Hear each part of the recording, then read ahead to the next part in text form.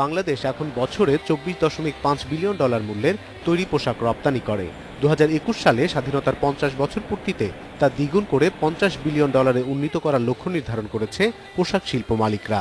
এ স্বপ্ন বাস্তবায়নেই Dhaka apparel summit. প্রধানমন্ত্রী শেখ হাসিনা সামিটের উদ্বোধন করে বলেন, শ্রমিকের নিরাপত্তা ও কারখানায় নিরাপদ উৎপাদন ব্যবস্থা নিশ্চিত করাই বড় চ্যালেঞ্জ। তবে তিনি আশাবাদী বাংলাদেশ সফল হবে। বাংলাদেশ বিশ্বের দ্বিতীয় বৃহত্তম তৈরি পোশাক রপ্তানিকারক দেশ। এটি হয়তো অনেকে পছন্দ করে না, তাই তারা পোশাক খাতের বিরুদ্ধে নানাভাবে ষড়যন্ত্রে লিপ্ত রয়েছে। এই দেশি বিদেশি ষড়যন্ত্রকারীদের ব্যাপারে পোশাক মালিক, শ্রমিক, বিদেশি বায়ার এবং ভোক্তা সকলকেই সতর্ক থাকার জন্য আমি আহ্বান জানাচ্ছি। সরকার দেশে বিনিয়োগ বান্ধব পরিবেশ সৃষ্টি করেছে দাবি করে প্রধানমন্ত্রী দেশি বিদেশি ব্যবসায়ীদের আরও বেশি বিনিয়োগের আহ্বান জানান। সেই সাথে দেশি ব্যবসায়ীদের নতুন নতুন বাজার খোঁজার পরামর্শ দেন।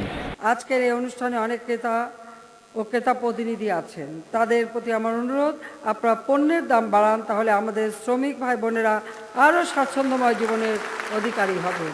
দেশ বিদেশের প্রায় 2000 প্রতিনিধি 3 দিনের এই সম্মেলনে অংশ নিচ্ছে। বিশ্বে বাংলাদেশি পণ্যের ইতিবাচক ভাবমূর্তি তুলে ধরার পাশাপাশি কারখানাগুলোতে নিরাপত্তা বাড়ানো ও টেকসই পরিকল্পনা নিতেই বিজিএমইএ এর এই আয়োজন। অনিমেষ কর, ইন্ডিপেন্ডেন্ট নিউজ, ঢাকা।